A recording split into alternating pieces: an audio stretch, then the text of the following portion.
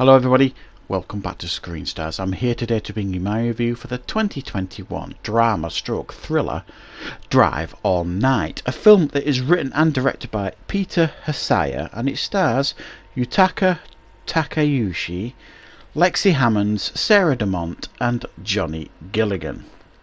Now this film focuses on a cab driver, Dave, played by Yutaka Takayuchi, and I hope I've pronounced that correctly.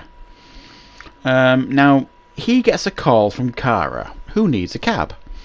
Now, she doesn't give him any clear destination, and basically spends the evening taking him to all sorts of different locations. Each one a little bit stranger and weirder than the last, and throughout the evening there is some sort of bond that develops between them.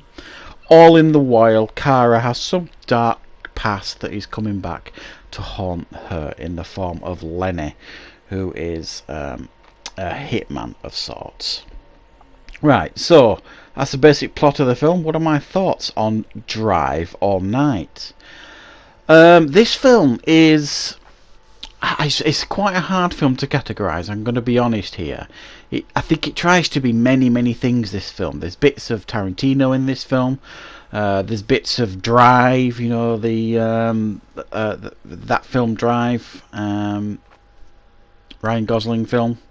You've got all sorts of things going on in this film, and it's a bit of a mismatch. It's like an artistic film noir, heavily influenced by Tarantino. The biggest problem I have with this film is its structure and narrative. There's very little in regards to a story here, tangible story that you can grab hold of. It's a weird film to follow because it's a little bit overindulgent, and a little bit overly artistic here and there, which is fine if you've got at the very core of it a good story and a good narrative to build your film around. But I never really felt this film had it. I didn't know enough about Dave, the cab driver. Didn't know nearly enough about Kara, and that was kind of the point with Kara. I do get that she's supposed to be a little bit mysterious. She's full of all this video game knowledge and all this other stuff, and you know, you're not sure if she's being manipulative or if she's having one last night of fun because she knows she's in danger. There's all this stuff going on in this film, and it never really lays its hat on anything, so you're left wondering for much of the film what's going on here. You know, there's even like this strange plot device in the film, or strange story of this nightclub singer who is suspected she may be a vampire, and then it's full of like these weird kind of like dream sequences and things, and it all gets a bit messy and muddled, and it all kind of blurs over each other, so you're left with a film that just, it feels like a puddle really. It's a mess, and there's no real structure or backbone to the film for me, and I really struggle to follow this film.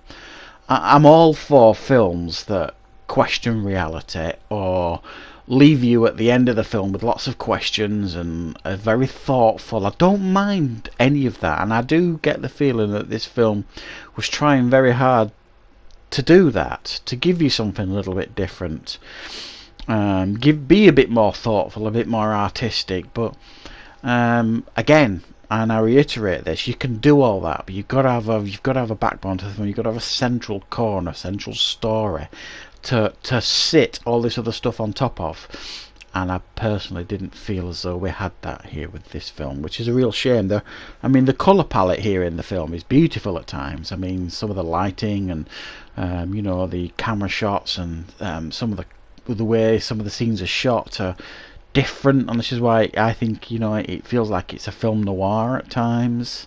There's a lot of talent here on display behind the camera and in front of the camera. It just all doesn't seem to work. It's almost like a jigsaw puzzle with some of the pieces missing here, this film.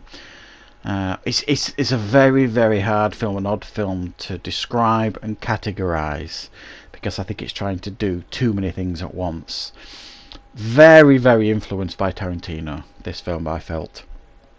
There was a few scenes with characters just sat round tables talking or just having conversations about random things. It felt very, very heavily inspired by Tarantino, those scenes. The difference, I think, is like when you watch a Tarantino film, those conversations are so simple.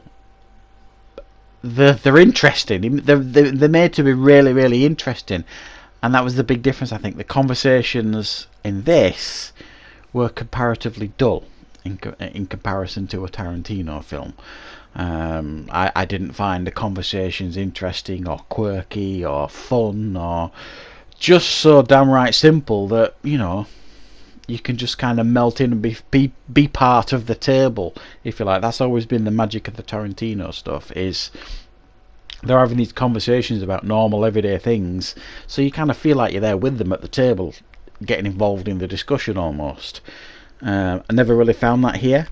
One of the real strengths of this film, I do have to say though, is the soundtrack. Really enjoyed the soundtrack and the music in this film. Very catchy, very nicely done. And like I say, lots of talent in front of and behind the camera. The performances are all fine, no issue at all with anybody's performance. No issue at all with the direction. I just think the biggest problem here with this film is the story and the structure of the film narratively and tonally. It's just a bit all over the place for me. So I'm going to give this one a 5 out of 10. Lots going on in this film. Definitely visually very interesting, but not a lot else is going on, unfortunately. So that is my review for Drive All Night. Thank you very much for watching. Of course, I will be back with more reviews and content on Screen Stars very, very soon.